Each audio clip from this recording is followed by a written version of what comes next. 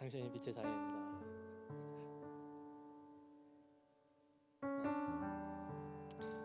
매 순간은 주일날 주님 앞에 나와 이렇게 예배드릴 때 하나님이 어떤 은혜를 부어주시고 또 어떤 말씀을 전해주실지 정말 기대하고 설레이는 마음도 있지만, 또 그와 동시에 한 주 동안 나의 인생을 되돌아보면서 부족했던 나의 모습들 때문에 하나님 앞에 나아가는 게 참 또 두렵고 떨리는 마음도 동시에 가지고 있는 것 같습니다. 이렇게 내 자신이 너무 부족하고, 근데 내가 어떻게 감히 하나님 앞에 나아가서 이렇게 예배를 드릴 수 있다는 것이 그렇게 막 쉽게 저한테는 이렇게 적응이 되지는 않는 것 같아요. 하지만 내 연약함 이미 다 아시고 나를 이미 택하시고 내 마음 가운데 안에 주님께서 빛으로 찾아오셔서 나에게 이렇게 빛의 자녀로 삼아주신 우리 하나님 아버지를 시간 계속 바라보며 나아갔으면 좋겠습니다. 이번 한 주 동안 각자의 바쁜 일상을 보내면서 분주했던 우리의 마음들을 시간 다 내려놓고 오직 주님께 집중하며 기도로 함께 나아가겠습니다. 하나님, 이 시간 제 마음을 열어 주님을 기다립니다. 이 시간 나와 함께하여 주시옵소서. 이 시간 다 같이 기도로 주님을 초대하겠습니다.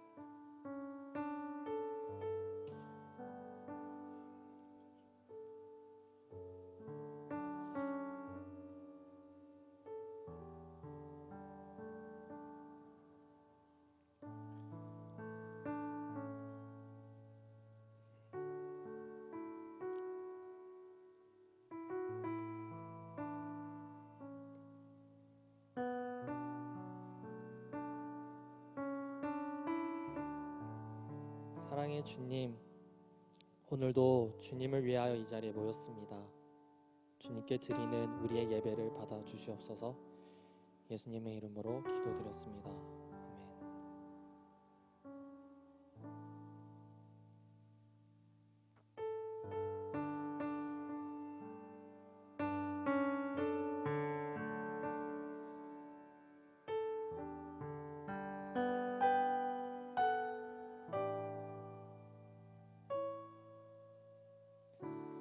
주를 위한 이곳에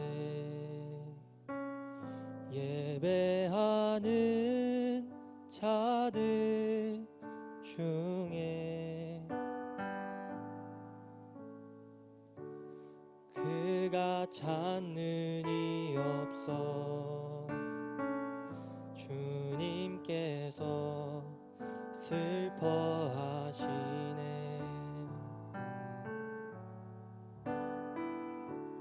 주님이 찾으시는 그 한 사람, 그의 배자,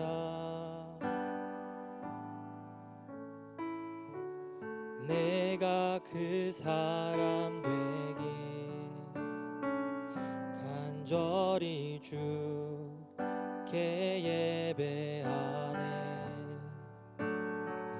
주 은혜로 이곳에 서 있네. 주 임재에 엎드려 절하네.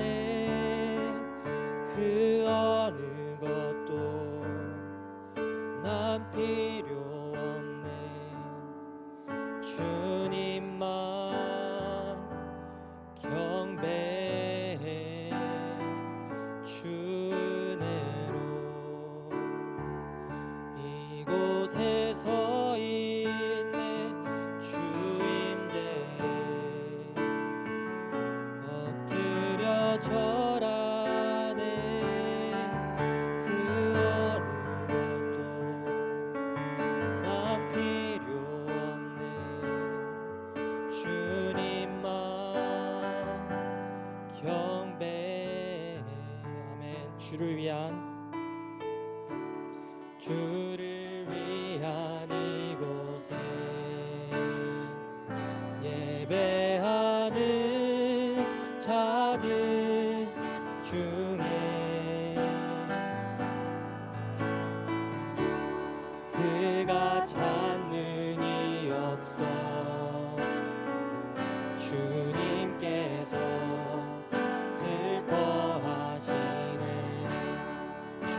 찾으시는 주님이 찾으시는 그 한 사람 그의 배다. 주님, 내가 그 한 사람 되길 원합니다. 내가 그 사람 되길 간절히 주께 예배하네. 주 은혜로 이곳에 서 있는 주 임재에 엎드려 절하네. 그 어느 것도 난 필요 없네. 주님만 경배해. 주 은혜로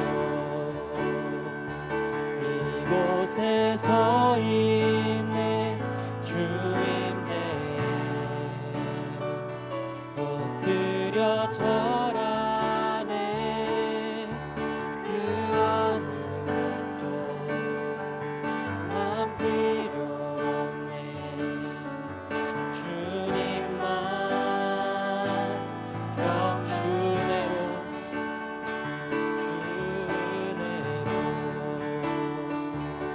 이곳에 서 있네. 주 임재에 엎드려 절하네. 그 어느 것도 난 필요 없네. 주님만 경배해. 주 은혜로 이곳에 서 있네. 주 임재에 엎드려 절하네. 그 어느 것도 난 필요 없네. 주님만 경배해. 그 어느 것도 그 어느 것도 난 필요 없네. 주님만 경배해. 아멘.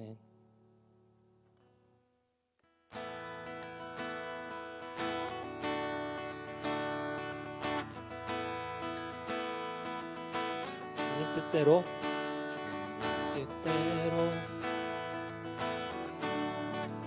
살기로 했네. 주님 뜻대로 살기로 했네. 주님 뜻대로 살기로 했네. 뒤돌아서지 않겠네. 이 세상 사람 날 몰라줘도, 이 세상 사람 날 몰라줘도, 이 세상 사람 날 몰라줘도 뒤돌아서지 않겠네. 뒤돌아서지 않겠네. 어떠한 시련이 와도, 수많은 유혹 속에도 신실하신 주님 약속 나 붙들리라. 세상이 이해 못하고 우리를 조롱하여도 진실하신 주님 약속만 붙들리라. 결코 돌아서지 않으리.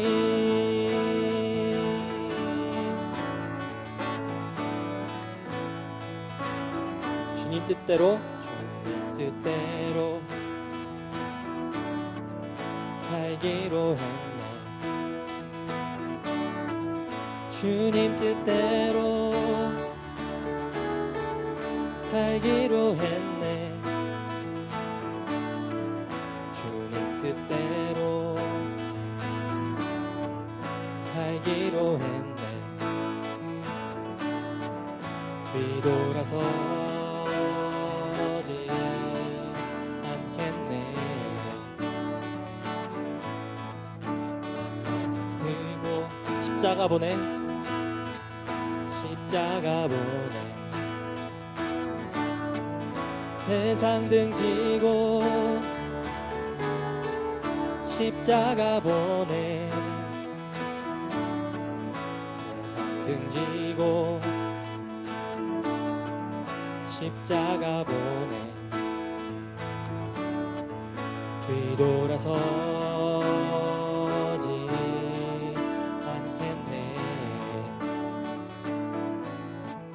뒤돌아서지 않겠네. 어떠한 시련이 와도 수많은 유혹 속에도 진실하신 주님 약속 나 붙들리라. 세상이 이해 못하고 우리를 조롱하여도 진실하신 주님 약속 나 붙들리라. 어떠한 시련이 와도 수많은 유혹 속에도 진실하신 주님 약속 나 붙들리라.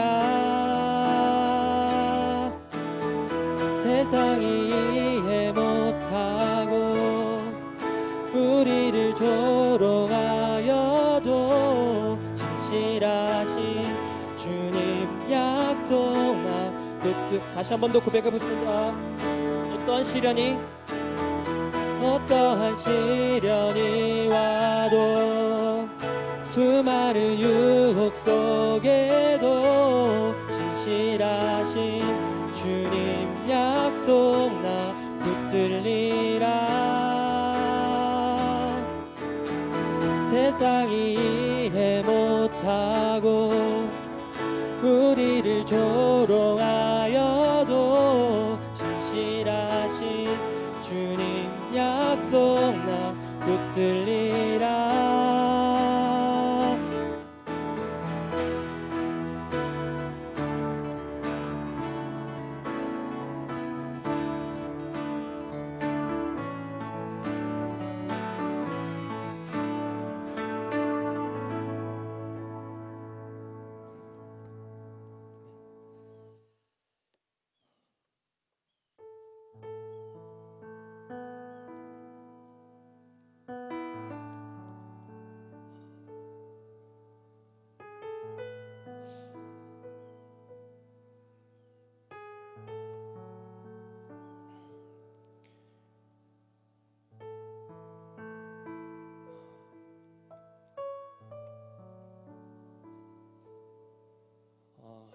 하나님 앞에 예배드리는 게 참 너무 기쁘고 감사하지만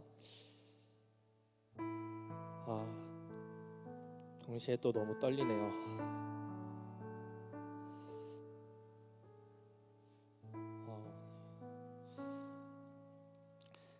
너무 부족한 우리지만 그래도 우리를 붙드시고 우리를 빛의 자녀로 삼아주신 하나님 아버지 앞에 우리가 다시 용기 내서 나아갔으면 좋겠습니다. 예수님께서 단지 우리의 죄를 짊어지시기 위하여 십자가에 죽은 게 아니라 또 이 모든 세상을 우리에게 다 승리케 하신 부활의 예수님을 우리가 이 시간 함께 바라보며 계속 찬양하며 나아가겠습니다.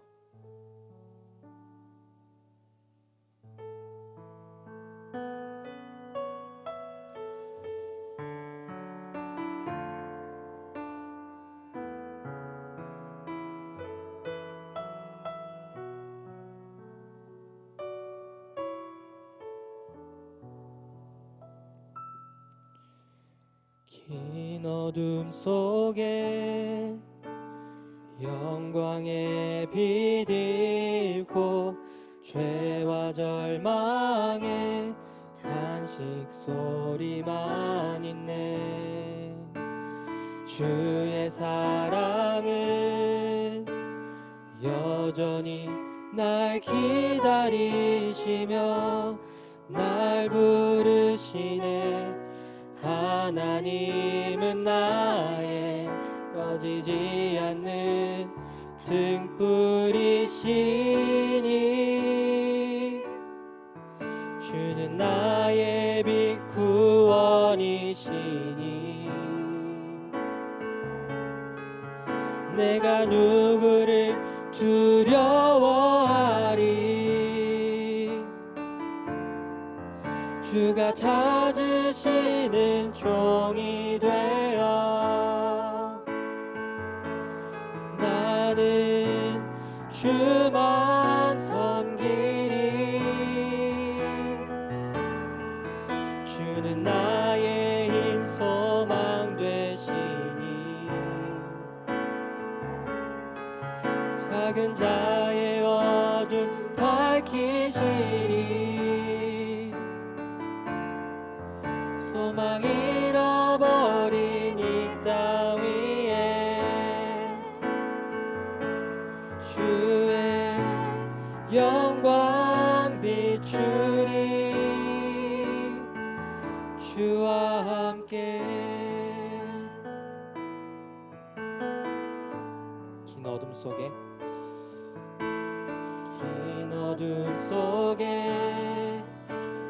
영광의 빛 잃고 죄와 절망의 탄식 소리만 있네. 주의 사랑은 여전히 날 기다리시며 날 부르시네. 하나님은 나의 꺼지지 않는 등불이시니 주는 나의 빛 구원이시니 내가 누구를 두려워하리. 주가 찾으시는 종이 되어 나는 주만 섬기리. 주는 나의 힘 소망 되시니 작은 자의 어둠 밝히시리. 소망 잃어버린 이 땅 위에 주의 영광 비추리. 주와 함께 주는 나의 빛 구원이시니 주는 나의 빛 구원이시니 내가 누구를 두려워하리. 주가 찾으시는 종이 되어 나는 주만 섬기리. 주는 나의 힘 소망 되시니 작은 자의 어둠 밝히시니 소망 잃어버린 이 땅 위에 주의 영광 비추리 주와 함께 나의 믿음 주께 있네 십자가 능력이 내 영광 되었네 주께서 우리를 승리케 하셨네 나의 능력 나의 소망 주께 있네 나의 믿음 주께 있네 십자가 능력이 내 영광 되었네 주께서 우리를 승리케 하셨네 나의 능력 다시 한 번 더 담대하게 고백해 보겠습니다 주께 있네 나의 믿음 주께 있네 십자가 능력이 내 영광 되었네 주께서 우리를 승리케 하셨네 나의 능력 나의 소망 주께 있네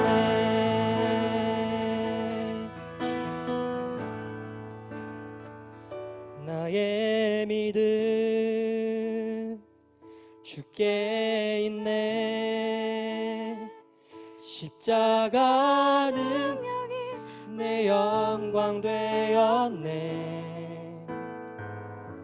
주께서 우리를 승리케 하셨네 나의 능력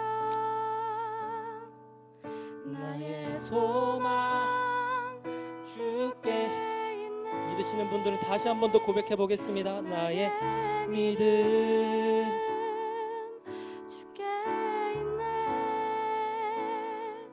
십자가 능력이 내 영광 되었네 주께서 우리를 승리케 하셨네 나의 능력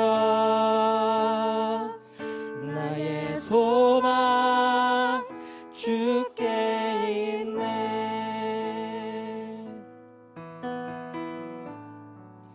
다 같이 기도하겠습니다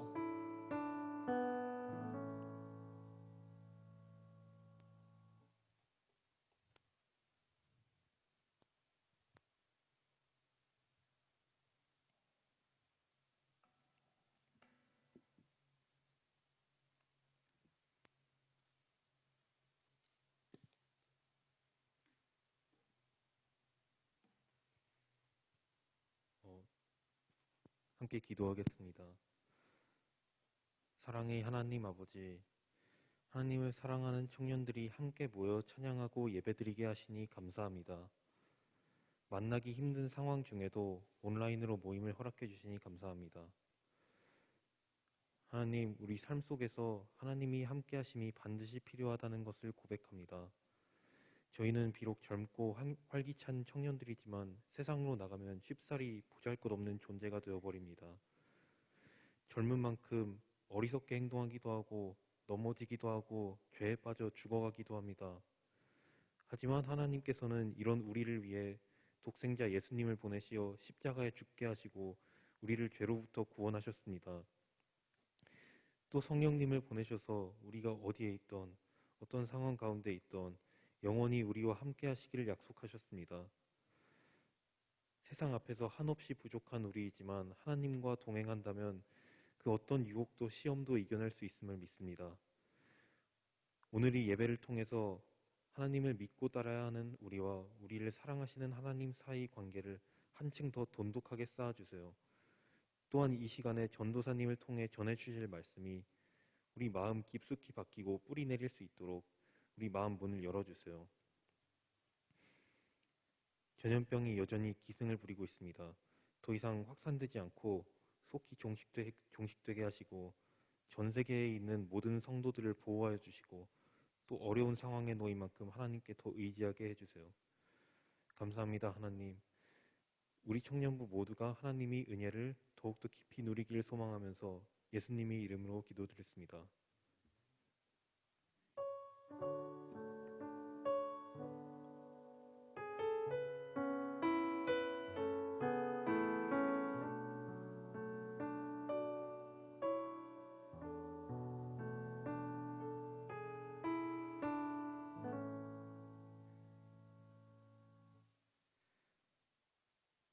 오늘 하나님께서 우리에게 주신 말씀은 출애굽기 20장 1절부터 4절, 7절부터 8절, 12절부터 20절, 그리고 요한복음 8장 9절부터 11절입니다.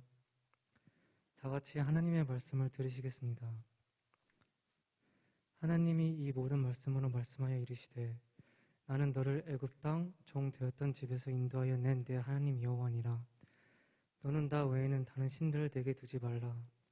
너를 위하여 새긴 우상을 만들지 말고 또 위로 하늘에 있는 것이나 아래로 땅에 있는 것이나 땅 아래 물속에 있는 것에 어떤 형상도 만들지 말며 너는 내 하나님 여호와의 이름을 망령되게 부르지 말라. 여호와는 그의 이름을 망령되게 부르는 자를 죄 없다 하지 아니하리라. 안식일을 기억하여 거룩하게 지키라. 내 부모를 공경하라. 그리하면 내 하나님 여호와가 내게 준 땅에서 내 생명이 길리라. 살인하지 말라. 간음하지 말라. 도둑질하지 말라. 내 이웃에 대하여 거짓 증거하지 말라. 내 이웃의 집을 탐내지 말라. 내 이웃의 아내나 그의 남종이나 그의 여종이나 그의 소나 그의 낙이나 물은 내 이웃의 소유를 탐내지 말라.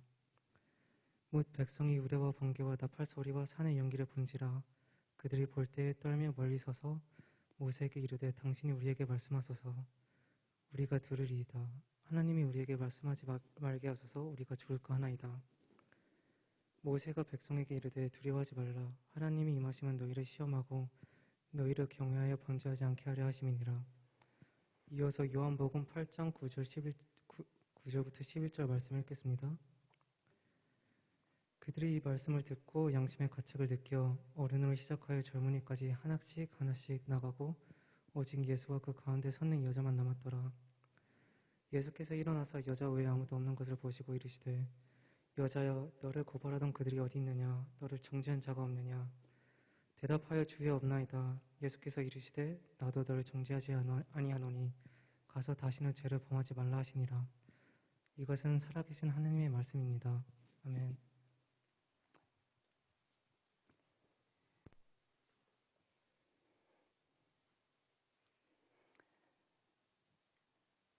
네, 세월이 지나면서 이 여러 가지 것들이 다 변해가는데요. 결혼 풍속도 많이 변해가는 것 같습니다. 요즘 꽤나 우리 한국에서 좀 정착한 새로운 결혼 풍속 중에 하나는 주례 없는 결혼식인 것 같습니다. 다소 딱딱하게 느껴지고 좀 하객들 공감 얻기도 좀 힘든 주례를 빼는 대신에 신랑 신부들 혹은 또 양가 부모님들의 진실한 이야기들과 소소한 이벤트를 넣어서 결혼식을 좀 가족적이고 따뜻하게 구성해 가는 것이 인기입니다. 부모님들은 자녀들을 좀 키우면서 마음속에 담아두었던 그러한 얘기들과 또 새로운 가족을 받는 어떤 그러한 설레이는 마음들을 주로 얘기를 많이 하시고요. 신랑 신부분들은 어떻게 만나서 사랑을 키워왔는지, 그리고 이제 부부로서 새롭게 살아가는데 어떤 마음으로 앞으로 살아갈지 이런 내용들을 이 혼인 서약에 담아서 이렇게 발표를 하는 것을 본 적이 있습니다. 사실 저희 세대까지만 해도 이 혼인 서약이라는 것은 좀 굉장히 형식적인 좀 그런 면이 없지 않아 있었어요. 주례하시는 선생님께서 보통 이런 이제 정해진 문구가 있었거든요. 신랑 모 군과 신부 모모 양은 비가 오나 눈이 오나 기쁠 때나 슬픈 때나 언제든지 검은 머리가 팥불이 될 때까지 상대방 누구누구 양을 누구누구 군을 사랑으로 대하고 또 신랑으로서 신부로서의 도리를 다 하시겠습니까? 이렇게 묻는 거였어요. 그러면 신랑은 그 식장이 떠나가도록 큰 소리로 예 하고 이제 대답을 했어요. 마치 목소리의 크기가 아내를 사랑하는 그 크기인 것처럼 그렇게 얘기를 했고요. 신부는 좀 목소리가 크신 분이라도 굉장히 들릴까 말까 하는 소리로 네 하고 살짝 이렇게 얘기하는 게 이제 저희 세대의 미덕이었어요. 요즘은 이제 그것들을 주례없는 이제 식장으로 이제 혼인식으로 하다 보니까 본인들이 작성을 하잖아요. 그러니까 굉장히 실질적이고 구체적인 얘기들을 많이 담더라고요. 그 중에 제가 좀 이렇게 봤던 것들 중에 몇 가지가 있었는데 이런 것들이 있었어요. 주말에는 가족을 위해서만 살겠다. 또 평생 내가 금전 문제에 있어서 딴 주머니 안 차겠다. 뭐 이런 얘기도 있고요. 또 내가 싸우게 되면 잠자기 전에 먼저 화해하겠다. 뭐 이런 얘기도 봤고요. 심지어는 텔레비전에 예쁜 아이돌 그룹이 나와도 눈길 주지 않겠다. 뭐 이런 얘기를 한 경우도 봤어요. 근데 이제 한 가지 재밌는 거는 그런 혼인 서약을 듣는 그 하객들의 반응입니다. 대부분의 이제 여성 하객분들은 이미 본인이 결혼하는 것 같아요. 완전히 감정이입이 돼가지고 눈은 그 신혼 첫날에 이 멜란스 같은데 완전히 빠져가지고 반쯤 완전히 갔어요. 그래가지고 완전히 이렇게 쭉 이렇게 쳐다보고 있고 보통의 이제 남성 하객분들은 아이고 저 바보 너 이제 죽었다 이제 그런 반응들을 보이세요. 대부분 이제 어떤 마음들이냐면 너 이제 지키지도 못할 그러한 언약들을 이렇게 다 있는 데서 얘기하고 나면 나중에 그거 가지고 얼마나 나중에 바가지 길 줄 아냐? 뭐 이런 걱정을 하시는 것 같아요. 아무도 걱정해 달라고 부탁하지도 않았는데 그러시는 거죠. 이런 것이 이 언약과 또 이 서약이 갖고 있는 의미이고 상징성인 것 같아요. 오늘 우리가 읽은 본문 말씀은 이 하나님과 이스라엘 백성 사이에 작성한 그러한 언약 10계명 말씀입니다.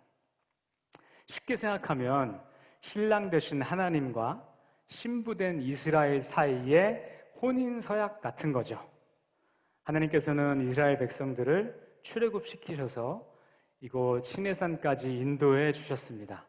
그 과정이 이제 순탄치는 않았지만 이제 하나님께서는 이 특별한 하나님의 임재가 있는 이곳 기억하시겠지만 그 떨기나무 불 가운데 임재하셔서 모세를 불러주셨던 장소였던 그 호렙산이 이 시내산입니다. 이 시내산에서 이스라엘 백성들과 이제 언약식을 맺습니다. 먼저 10계명 내용부터 간단하게 살펴보겠습니다. 잘 아시는 바대로 10계명은 크게 두 가지 가르침으로 구분이 되는데요. 1계명에서 4계명까지는 이스라엘과 하나님의 관계에 대한 내용으로 이 주권적인 하나님의 로드십을 최우선적으로 지킬 것을 말씀하고요. 5계명에서 10계명까지는 이웃들과의 관계에 대한 내용으로 악을 피하고 선으로 대함으로써 관계와 질서를 유지할 것을 말씀합니다.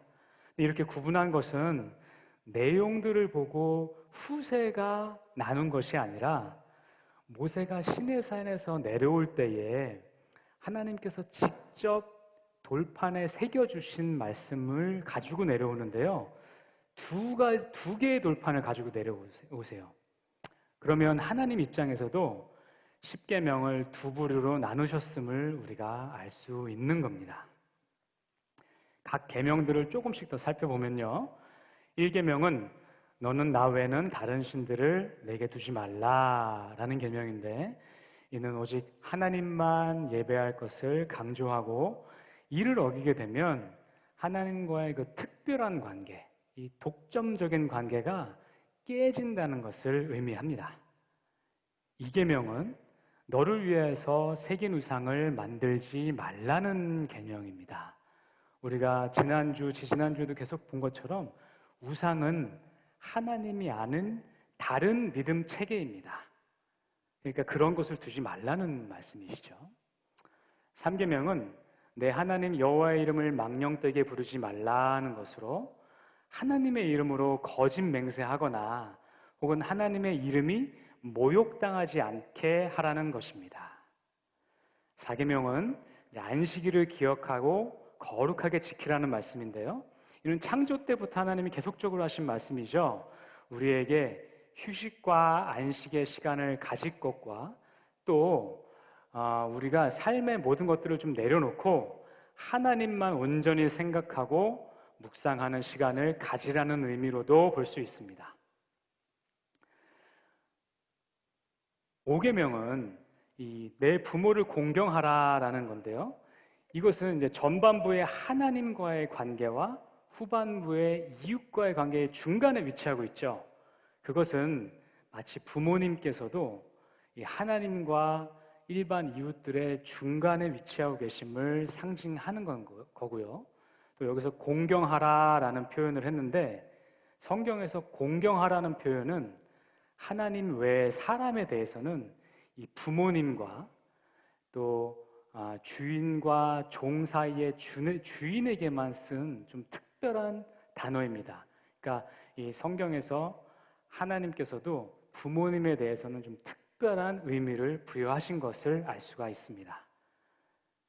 6계명 이제 살인하지 말라라는 것은 생명의 존엄성을 강조하면서 또 남의 생명을 빼앗는 것에 대해서는 사회가 규범으로서 통제해야 되는 것을 말씀하고 있습니다.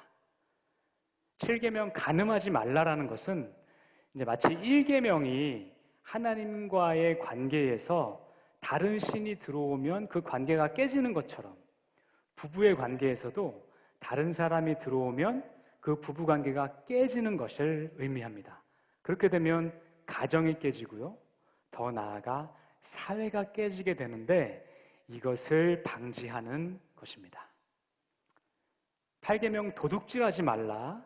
9계명 내 이웃에 대해서 거짓 증거하지 말라. 10계명 내 이웃의 집을 탐하지 말라는 것은 사회를 유지하고 지탱할 수 있도록 사람들 간의 그런 기본적인 관계를 규정하는 그러한 언약들입니다. 이러한 10계명의 언약이 갖고 있는 특징들을 좀 살펴보면요. 앞에서도 계속 언급된 것처럼 먼저 관계에 대한 계명이라는 것입니다. 하나님에 대한 관계, 부모님과 이웃들에 대한 관계를 규정하고 그 관계에서 지켜야 하는 기본적인 원리들을 정의하는 어떤 그런 기본적인 언약이면서 이에 딸려오는 세부 언약들의 타이틀격인 언약입니다. 예를 들면 안식일을 기억하라라는 언약에서 우리가 그 다음에 세부적인 언약들, 안식일에 할 수 있는 것, 안식일에 할 수 없는 것, 또 안식일에 하나님을 예배하기 위한 예배 규정들, 절기 규정들이 계속해서 따라오는 거죠. 그것의 타이틀 언약이 되는 것입니다. 실제로 오늘 본문 말씀 20장 이후에 23장까지도 계속해서 이런 세부 율법들이 나오고요. 또 그 다음 책인 레위기, 민수기, 신명기까지 계속해서 이 세부 율법들이 이어집니다. 그래서 유대인들은 이 모세 오경에 나오는 각각의 그 하나씩의 항목들을 다 이 율법으로 만들어서 총 613개의 언약으로 만들어서 지금까지도 유지하고 지켜나가려고 노력하고 있습니다. 그 중에 10계명은 근본이 되는 계명인 것입니다. 두 번째로 10계명은 이스라엘 백성들, 온 백성들이 직접 여호와의 음성을 통해서 들은 유일한 언약입니다. 다른 언약들은 본문 후반부에서 나온 것처럼 이스라엘 백성들이 굉장히 두려워했어요. 하나님을 직접 보고 그 음성을 듣는 것에 따라서. 그래서 모세를 통해서 듣기 원해서 다 하나님께서 모세를 통해서 율법을 주셨습니다. 그만큼 십계명은 좀 특별한 중요성이 있다고 할 수 있습니다. 세 번째 특징은요, 이 절대적인 명령형으로 기록되었다는 것입니다. 다른 언약들은 만약 이러이러하면 이렇게 해라 라는 이제 if, then 의 형태의 언약도 많이 있습니다. 근데 십계명은 이러한 예외 규정을 전혀 두지 않는 절대적인 명령형으로 기록된 언약입니다. 마지막으로 이 십계명은요, 상호적인 언약입니다. 본문 말씀 바로 전에 나오는 19장에서 하나님께서 먼저 내가 이런 언약을 세울 건데 너희가 이 언약을 잘 지키면 나는 너희의 하나님이 되고 너희는 나의 제사장 나라요 거룩한 백성이 될 것이라고 그렇게 이스라엘 백성들을 언약 관계로 초청을 하십니다. 거기에 대해서 19장 8절에서 이스라엘의 장로들이 한 목소리로 그러면 우리가 주의 언약을 잘 지키겠습니다 라고 동의합니다. 따라서 이 십계명은 하나님과 이스라엘이 사전에 동의한 그런 상호적인 언약이었습니다. 그런데 이 하나님이 십계명을 주신 환경이 우리가 앞에서 본 것처럼 그런 로맨틱한 그런 결혼식장 같은 분위기에서 그렇게 좀 멜랑콜리하게 주신 게 아니라 굉장히 근엄하고 위험 있는 환경 가운데 주십니다. 19장에 보면 하나님께서는 먼저 이 언약식을 위해서 모든 이스라엘 백성들이 다 청결하게 몸을 씻고 옷을 세탁하고 이틀 동안 준비하고 있으라고 하셨습니다. 그리고 하나님이 임재하실 시내산 주변에 경계를 쳐서 만약에 그 경계 안으로 들어오면 죽게 될 것이라고 몇 차례 강하게 경고하셨습니다. 그리고 하나님께서 시내산에 나타나실 때는 천둥과 번개와 구름과 나팔 소리와 연기와 불 가운데서 아주 거룩하게 나타나셨습니다. 그리고 하나님께서 말씀을 하시는데요, 온 산이 쩌렁쩌렁하게 진동을 했습니다. 이렇게 굉장히 엄숙하고 거룩한 분위기 속에서 십계명을 말씀하십니다. 거기다가 학자들이 이 십계명을 연구를 하다 보니까 이 십계명의 형태, 그러니까 처음에 하나님이 하신 말씀, 중간, 마지막에 하신 이런 형태들이 고대 제국들이 조공 국가들과 조약을 맺는 형태하고 굉장히 유사하게 작성된 것을 발견하였는데요. 특별히 고대의 그 히타이트 제국과 주변의 조공 국가들이 맺은 조약과 매우 흡사하다는 것을 발견했습니다. 이런 측면에서 보면 십계명은 좀 동등한 관계에서 작성된 혼인서약이라는 어떤 성격보다는 좀 제국과 조공국가 간에 맺어진 강제성이 있는 국가 간의 조약에 조금 더 가까운 면도 있습니다. 그리고 이러한 이유들 때문에 우리가 십계명을 볼 때 조금 두렵기도 하고 딱딱하기도 하게 느껴지는 것입니다. 아니, 우리가 지금 보기에도 약간 그런데 당시 이스라엘 백성들이 볼 때는 오죽했겠습니까? 그러니까 오늘 본문 말씀 18, 19절 말씀처럼 백성들은 벌벌 떨면서 멀리 서서 모세한테 당신이 우리에게 좀 대신 말씀해 달라고, 우리가 죽을 것 같다고 부탁한 것입니다. 그러니까 20절에 모세가 대답을 하는데 하나님께서 이렇게 하시는 것은 너희가 하나님을 경외하게 하기 위함이다 라고 말씀합니다. 이 경외하다라는 히브리어 원어는 이라라는 건데요, 간단히 말하면 두려워하는 겁니다. 또 존경심을 갖는 것이고요, 더 나아가서 하나님을 안다라고 할 때도 이 이라를 쓰기도 하는데요, 즉 다시 말하면 하나님이 얼마나 거룩한 분인지, 그분의 공의가 얼마나 두려운 것인지를 잘 알고 그럼으로써 궁극적으로 악에서 떠나는 것까지를 의미하는 단어입니다. 그러니까 경외하다라는 것은 쉽게 말하면 하나님이 두려워서 악을 떠나는 것을 의미하는 단어입니다. 근데 저는 여기서 관계적인 측면에서 경외하는 관계가 과연 건강한 관계인가라는 질문을 한번 드려보고 싶습니다. 여러분, 우리가 건강한 관계를 말하는 것은 한쪽이 다른 쪽을 두려워하는 관계를 말하는 것 같지는 않습니다.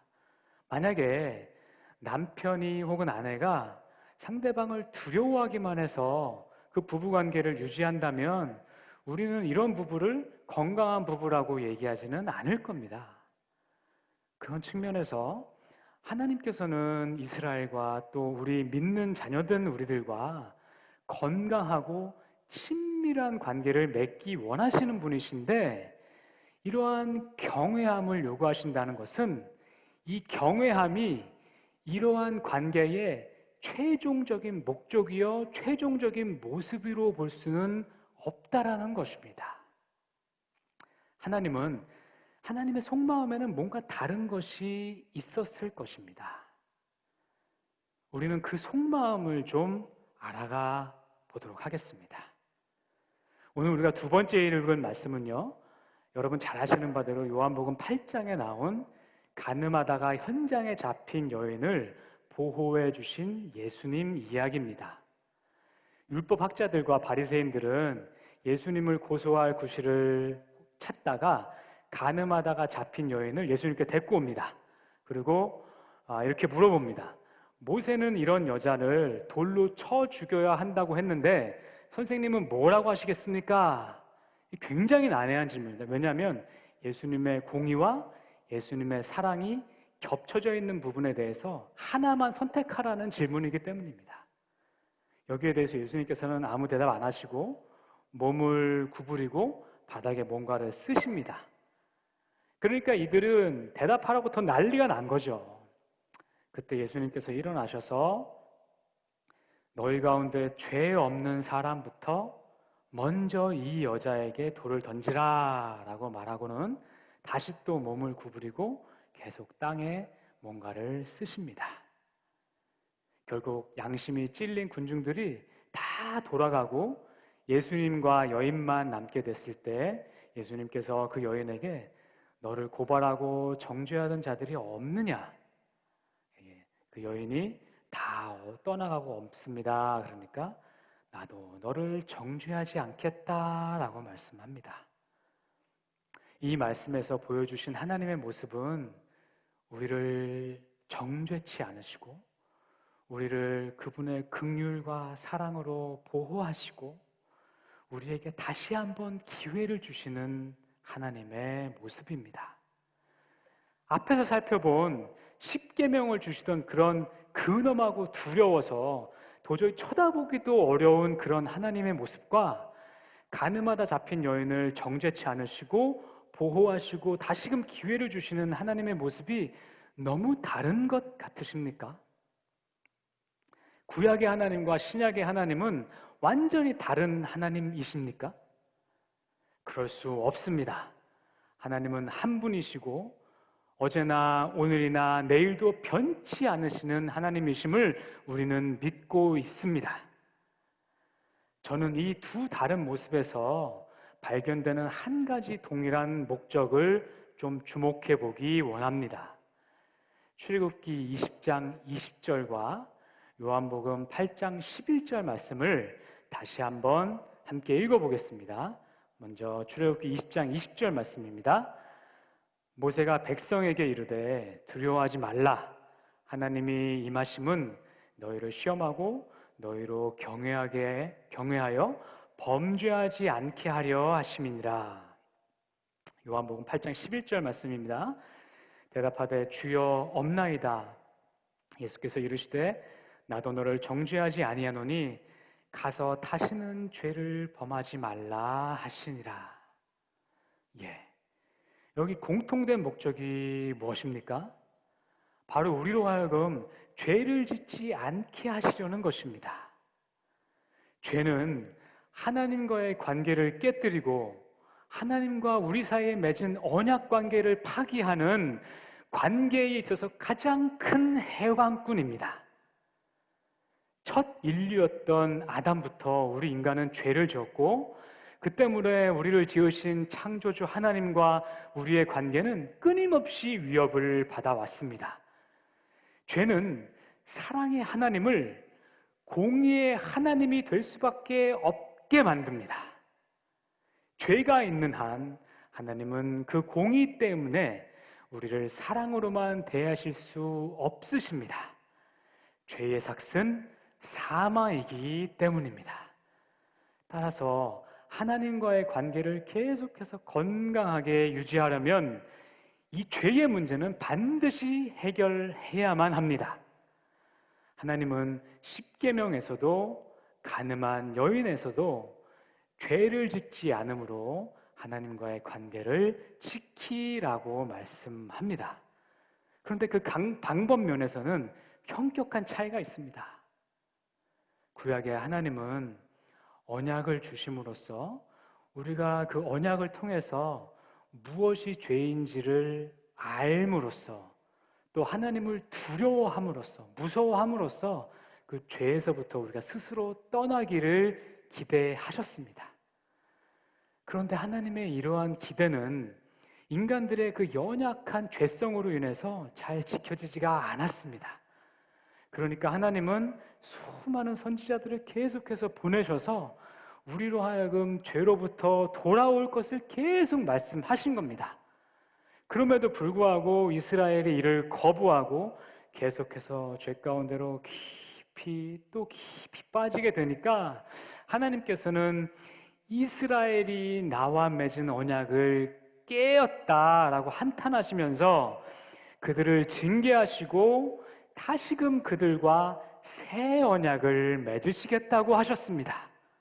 그런데 그 새 언약은 오늘 본 십계명처럼 돌판에 적는 것이 아니라 바로 너희들의 마음에 새기겠다고 예레미야서 31장 33절에서 말씀하십니다.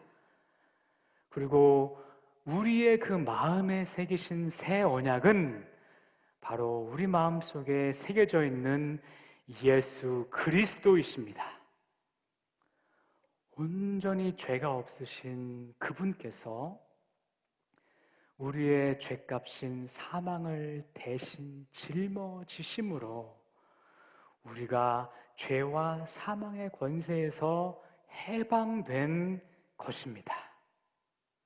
이제 우리는 두려운 마음으로 율법을 지키는 그런 행위를 통해서가 아니라 예수 그리스도를 내 마음에 믿는 믿음을 통해서 죄로부터 속박된 것에서부터 다 벗어나고 하나님으로부터 의롭다 칭함을 받을 수 있는 것입니다. 우리는 뭔가를 해야지만 받을 수 있는 것에 익숙하다 보니까 정말 믿기만 해서 우리가 죄사함을 받는지 두려워하고 의심스러워하기도 합니다만 이것이 맞습니다. 왜냐하면 이것이 하나님께서 정하신 죄사함과 구원의 방법이기 때문입니다. 그럼 왜 이렇게 다르게 하나님이 말씀하셨을까요? 저는 그 말씀을 듣는 대상의 성격이 너무나 달랐기 때문이라고 말씀드리고 싶습니다. 한쪽은 하나님을 거역하고 하나님을 반목하기 좋아하고 받기만 원했고 교만해지기 쉬웠던 이스라엘 백성들이었습니다. 그렇기 때문에 하나님은 그들에게 명령조로 너희는 하나님만 경외하고 이웃을 사랑하라 라고 강하게 이야기하신 겁니다. 그런데 다른 한쪽은 완전히 낮은 자존감에 죄의식에 깊이 빠져서 본인 스스로도 죽어 마땅하다고 여기고 있던 가련한 힘없는 여인이었습니다. 그녀에게 하나님은 나도 너를 정죄하지 않는다라고 감싸주신 것입니다. 하나님의 처방은 사람마다 다릅니다. 오히려 좀 통제가 필요하고 까불까불하고 좀 세상에서 소위 좀 성공하고 자기 자존심도 세고 그런 사람들에게는 하나님을 두려워할 줄 알아야 해 하는 말이 조금 더 효과적입니다. 그런데 이미 세상 가운데 실패감에 짓눌려 있고 다시 일어날 용기도 없고 계속해서 아래로 밑으로만 잦아드는 사람들에게는 공감해 주시는 하나님, 위로해 주시는 하나님의 모습으로 나타나 주십니다. 하나님은 사람의 그 특성들과 처한 상황에 맞게 맞춤형으로 처방해 주십니다. 그렇지만 이 두 모습 가운데서 우리를 향한 하나님의 마음은 변치 않는 하나님의 사랑의 마음입니다. 우리가 이것을 놓치면 우리는 하나님을 너무 무서우신 하나님으로 혹은 내가 내 마음대로 해도 용서만 해주는 하나님으로 오해하게 됩니다. 이 두 모습 다 오해입니다. 하나님은 기본적으로 우리를 사랑으로 대해주시지만 우리가 정말 죄 가운데 계속 이렇게 빠져 있으면 그 사랑의 마음으로 우리를 징계하시기도 하시기 때문입니다. 그리고 죄에 빠지지 않기 원하시기 때문에 우리에게 강한 모습으로 경고하시기도 하시기 때문입니다. 그래서 우리는 하나님의 모습이 때로는 두려운 모습일 때도, 때로는 우리를 품어주시고 우리를 감싸주시는 모습일 때도 우리를 향한 아버지의 모습이 사랑의 마음임을 기억해야 합니다. 여러분, 우리 주변에 보면요, 윗사람 분들을 잘 모시는 사람들이 좀 있어요. 참고로 저는 그런 사람이 못 됩니다. 근데 그런 사람들 보면 정말 타고났습니다. 어떻게 그렇게 윗사람들 마음을 잘 맞추고 편하게 대하는지 정말 때로는 존경스럽기까지 합니다. 근데 그런 사람들의 특징을 보면 첫째는 윗사람들을 그렇게 무서워하지 않아요. 그리고 윗사람들한테 좀 까불기도 하고 재밌게도 하고 이렇게 좀 장난도 많이 쳐요. 좀 저희 같은 평범한 사람이 볼 때는 선을 넘는 것 같이 보일 때도 있어요. 그런데 그런 사람들이 그 윗사람의 마음을 굉장히 잘 이해를 해요. 그리고 그 윗사람을 굉장히 또 본인 스스로도 잘 사랑하고 또 생각을 합니다. 그런 마음들이 그런 사람들이 별로 의도하지도 않은 그런 환경 가운데 툭툭 나와요. 그러니까 윗사람은 그런 마음을 보는 겁니다. 그러니까 그 아랫사람이 자기를 부담을 주지도 않고 자기 마음을 잘 이해하고 그러면서 자기를 굉장히 아껴주거든요. 생각해주거든요. 그러니까 미워할래도 미워할 수가 없는 거죠. 이런 사람들은 가끔가다 혼나기도 하는데 별로 주눅도 안 들어요. 몇 점만 지나면은 또 바로 그냥 해맑게 나와가지고 방긋방긋 웃고 떠들기도 하고 합니다. 그러니까 정말로 미워할래야 미워할 수 없는 그런 부류의 사람들이에요. 근데 저는 구약의 다윗이 좀 이런 부류의 사람인 것 같습니다. 구약의 하나님은 굉장히 무서운 하나님으로 우리가 좀 이해를 많이 하고 있죠. 그럼에도 불구하고 다윗은 이 하나님과 밀월 관계를 잘 유지한 사람이었습니다. 그러니까 무서우신 하나님 그 이면 안에 있는 사랑의 마음을 굉장히 잘 캐치했던 사람입니다. 심지어 다윗은 딱딱해 보이는 언약에 대해서도 시편 19편에 이렇게 말씀을 하는데요. 한번 들어보세요. 여호와의 율법은 완전하여 영혼을 소성시키며 여호와의 증거는 확실하여 우둔한 자를 지혜롭게 하고 여호와의 교훈은 정직하여 마음을 기쁘게 하고 여호와의 계명은 순결하여 눈을 밝게 하시도다. 여호와의 법은 진실하여 다 의로우니 금 곧 많은 순금보다 더 사모할 것이며 꿀과 송이꿀보다 더 달도다. 주의 종이 이것으로 경고를 받고 이것을 지킴으로써 상이 크니라 라고 얘기합니다. 그러니까 다윗은 이 딱딱한 율법이 송이꿀보다 달다고 얘기하고, 그것 때문에 내가 경고함을 받아서 죄로부터 멀리할 수 있으니까 내게 올 상이 크다고 얘기를 합니다. 이렇게 아버지의 속마음을 잘 아니까 하나님께서도 그를 내 마음에 합한 자다라고 말씀하면서 그의 씨앗에서 메시아 곧 예수가 탄생하는 영광을 줍니다. 예수님 또한 율법 속에 흐르는 아버지의 사랑을 강조하셨습니다. 마태복음 22장에서 율법학자 한 명이 예수님께 와서 가장 으뜸이 되는 계명이 뭐냐라고 물으니까 예수님께서는 내 마음을 다하고 목숨을 다하고 뜻을 다하여 주 너의 하나님을 사랑하라. 이것이 크고 첫째 되는 계명이요 둘째도 그와 같으니 내 이웃을 내 자신과 같이 사랑하라 라고 말씀하셨습니다. 모든 율법의 기준 율법인 십계명도 결국 사랑인 것입니다. 하나님을 진심으로 사랑하면 하나님의 주권적인 로드십을 우리가 인정 안 할래도 안 할 수가 없기 때문입니다. 이웃을 내 몸과 같이 사랑하면 이웃에게 악으로 대하려도 대할 수가 없는 것이기 때문입니다. 그러니까 예수님께서도 이 율법을 율법으로만 얘기한 게 아니라 이면에 있는 사랑으로 설명하심으로써 사랑이야말로 이 율법의 완성이라고 말씀하신 것입니다. 결국은 딱딱해 보였던 그 율법도 사랑도 같은 맥락 아래 있는 것이고, 그것은 우리를 향한 변치 않는 아버지의 그 사랑에서 기인한 것입니다.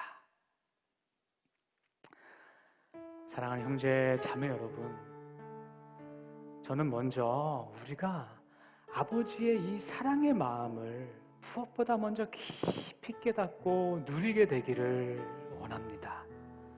어떻게 해서든지 우리를 좀 죄로부터 해방시켜 주고 싶으셔서 때로는 우리에게 근엄한 모습으로 율법도 주시고, 때로는 우리가 막 지쳐있고 힘들어할 때는 위로해 주시고 격려해 주시는 모습으로 오시기도 하시고, 궁극적으로는 자신의 하나밖에 없는 예수 그리스도를 희생하시면서까지도 우리와 이 사랑의 관계, 이 친밀한 관계를 놓지 못하셨던 그 예수 그리스도의 아버지의 그 사랑의 마음을 좀 저희가 느끼기 원합니다.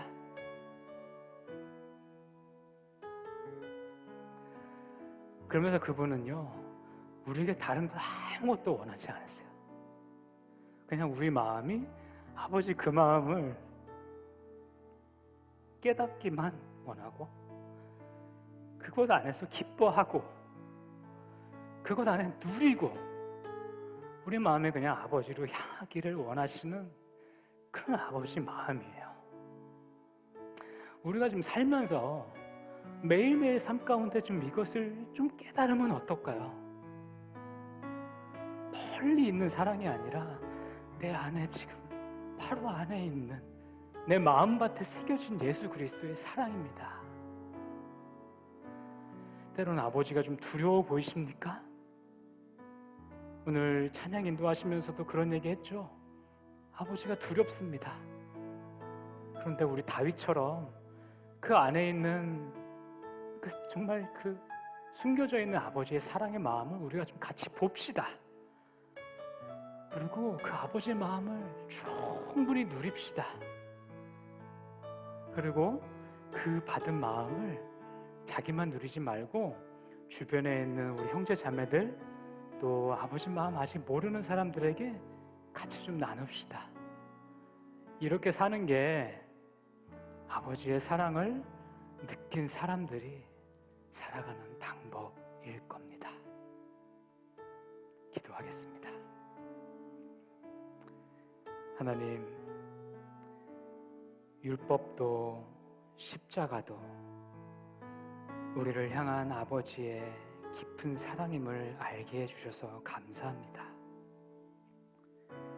저희가 아버지의 마음을 오해하지 않고 이 사랑을 깊이 깊이 누리며 살겠습니다.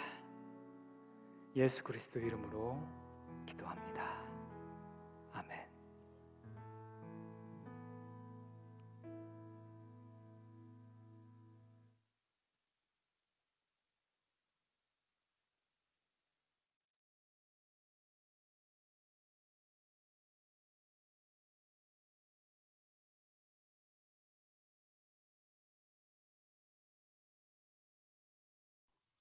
안녕하세요. 제 목소리가 들리시나요? 잠시만요.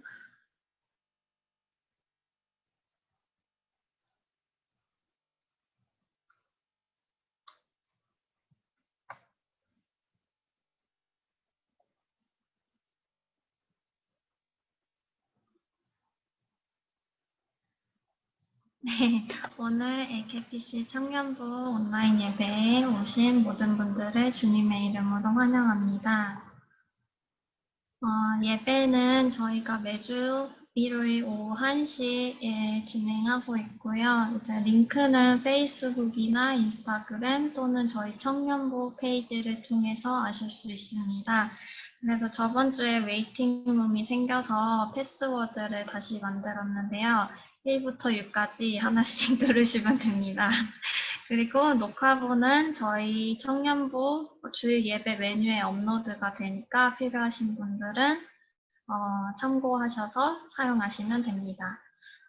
그리고 예배 동안에는 5분이나 10분 정도 일찍 오셔서 기도로 예배 준비해 주시고 예배 중에는 예배위원들 빼고는 뮤트하시고 카메라 켜주시면 좋을 것 같습니다. 그래서 예배 끝나고 남아서 교제하셔도 됩니다. 그래서 브레이크룸에서 서로 교제하시면 될 것 같습니다. 네, 교회에서 장학생 선발을 하고 있다고 합니다. 일반 대학생, 대학원생 또는 신학대학 원생들을 위주로 저희가 장학금을 각 1,000불씩 지급할 예정이라고 하는데요. 접수는 10월 25일 주일까지 마감이고 신청하시려면 저희 홈페이지를 참고하셔서 신청하시면 됩니다. 저희 이제 비디오그래퍼를 모집 중인데요. 이제 동지현 지사님을 도와서 많은 촬영, 편집, 업로드, 장비 관리 등을 배우고 하실 분을 원한다고 합니다. 그래서 관심 있으신 분들은 동지현 집사님께 메일해 주시거나 연락해 주시면 됩니다. 그리고 저희가 담임 목사님 청빙 중에 아직 있는데요. 저희가 한 분을 에코 교단에서 청빙 절차 승인과 목사님을 초대해서 공동의회를 통해 투표로 청빙을 마치는 과정을 하고 있습니다. 그래서 모두 다 같이 기도해 주셨으면 좋겠습니다. 그리고 저희가 오늘은 새가족이 없는 것 같아서 이렇게 광고를 마치도록 하겠습니다.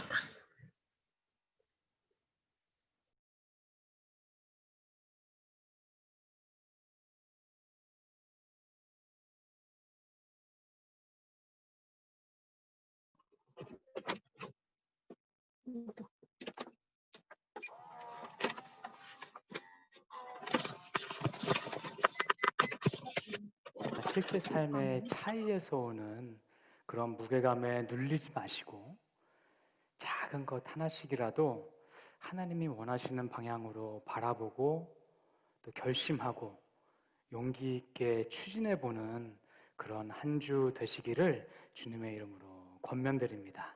기도하시겠습니다. 아버지 하나님, 당신의 사랑하는 자녀들이 올려드린 예배를 기뻐 받으신 줄 믿습니다. 이제 당신의 자녀들이 세상 가운데로 다시 나아가는데 삼위의 하나님께서 항상 지켜 보호해 주시고 특별히 영원부터 영원까지 변치 않는 아버지의 그 사랑을 하나씩 발견하고 소나기와 같이 쏟아지는 그 사랑 안에 흠뻑 젖어서 감격하고 기뻐하면서 그 사랑을 주변에도 나눠줄 수 있는 귀하고 복된 자녀 되도록 축복하여 주시옵소서. 우리 주 예수 그리스도의 이름으로 간절히 기도합니다. 아멘.